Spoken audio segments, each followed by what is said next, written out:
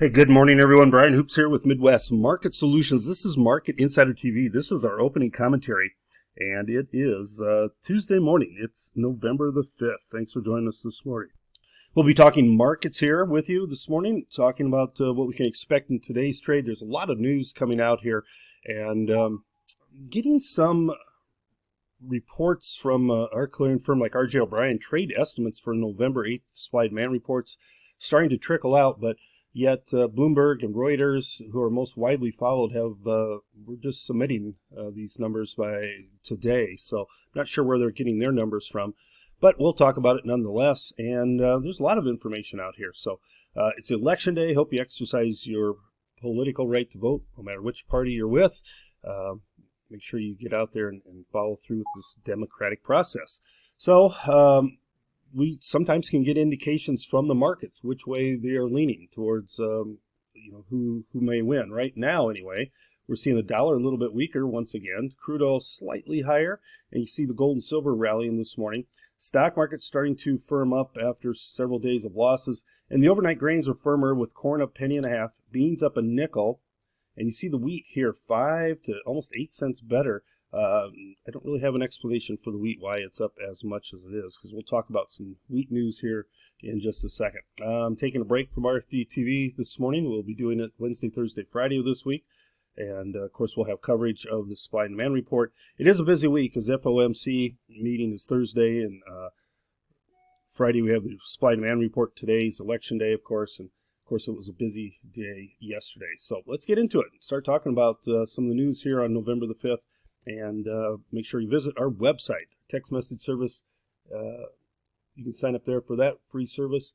Get some market information sent directly to your phone. You can also sign up on Twitter, Brian Hoops, and Midwest Markets, and our YouTube channel. All right, let's talk markets here. So weather in South America, that's where we want to start. It looks nearly ideal for corn and soybean seedings and then development.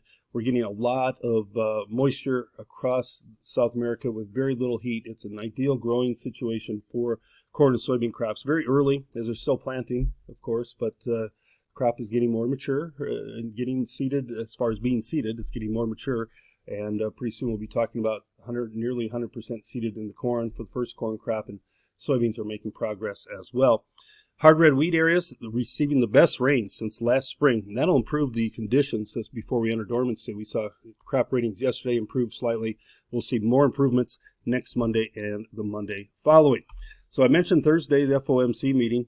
And the CME Group FedWatch has a 98.9% chance of a quarter-point rate cut and just a 1% chance of leaving rates unchanged on the meeting. So it's fully factored in, fully dialed in. We're going to have another 0.25% rate cut. If we don't have that, it's obviously going to be a major surprise. If we have a half-point cut, if we have no cut, that would be a major surprise. So yesterday we had export inspections, and these are probably more important than what the export sales are. The export sales, we already know they're going to be almost really, really stout again this Thursday, and that could give us some strength going into it.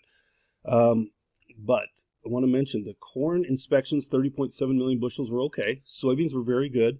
And this is how much product is actually leaving our country, being inspected for exports.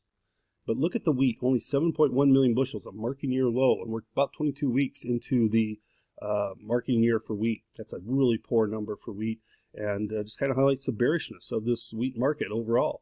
Corn and soybeans, we've seen a lot of massive sales. And as I mentioned in the previous commentaries, some of these corn sales, I don't think will be canceled. I think a lot of the soybeans could end up being canceled. Very possible. These are sales to China and to an unknown destination.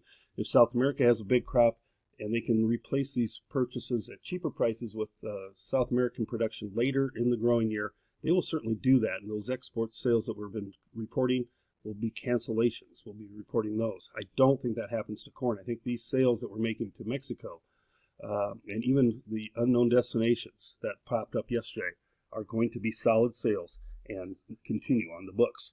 So winter wheat conditions yesterday, 41% good to excellent versus 41 that was expected. And we were at 50% last year.